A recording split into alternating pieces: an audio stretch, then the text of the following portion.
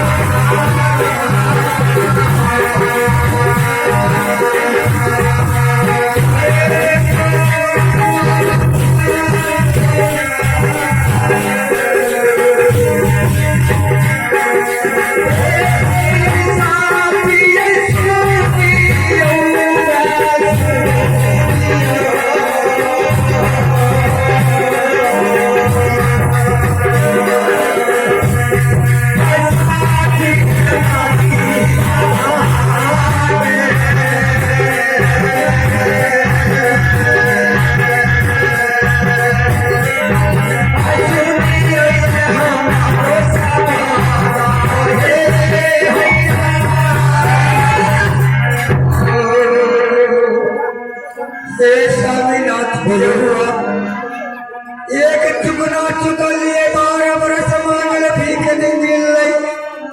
सर समाज ढांच के अंतर जाके के प्रकार करे छे पटिया हाय गुरु बाबा के देख के अपमान करबे कोन तब चुकबे की हेते सारा हे सजनारी अपन गुरु बाबा का हम माछी दम धन पिन कया भरल है या ठोयान बदन के प्रमाण होए सिर माथर माछी हंकार मचे रहे पूर्वा प्यार होए रे कया पछिल गनाए रहे पछमा प्यार होए रे कया फूक रहे सिरा भाटा लोग न लड़े रहे आई सुंदर शरीर देख के एक ठगना ठगलका तब बेटा मरना फिर दोसर ठगना यहाँ भी भंग गलैया भाटा करे दुआर था ऐ स्वामीना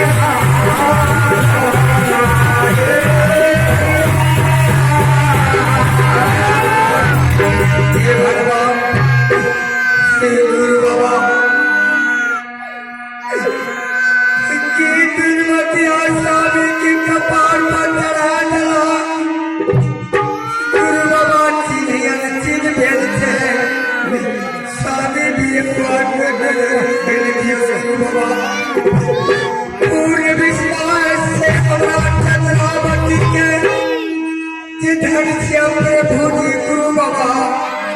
अपने हमारा दरवाजा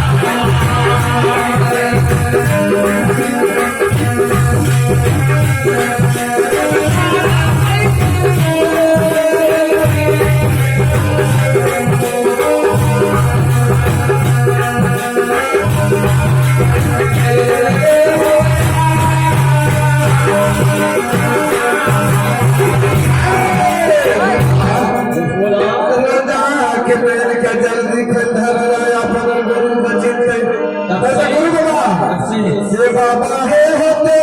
काले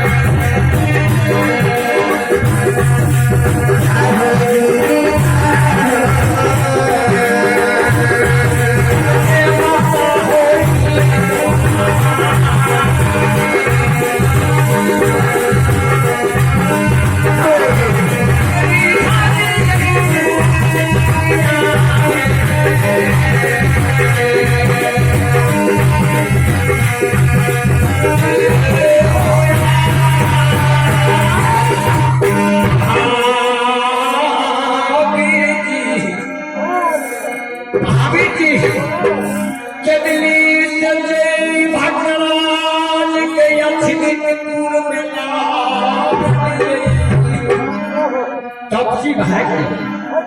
ए महावीर जी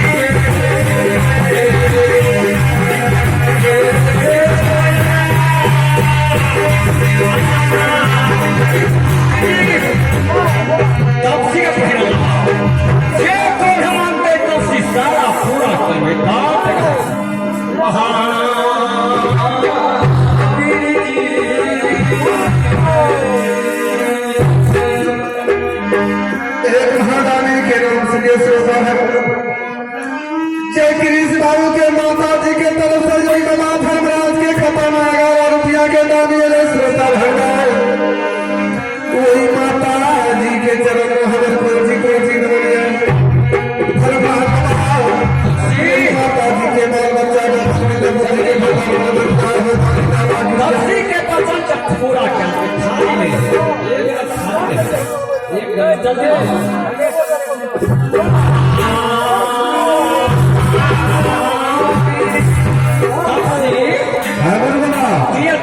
गुरु बाबा राजा का जल्दी चीर ढाया पर गुरु को चीर लेते नहीं तो गुरु बाबा देखले बतिया हम कदली का लौट देवा धर्मराज बाबा कदली के फल फूल हमरा बना जा दिया वैसे गुरु बाबा हाँ गुरु बाबा केंद्रीय में तोरा सत्संग के नहीं बात घाट में जे तू मुख से सुनाई ठीक ठीक गुरु बाबा के दिन के फल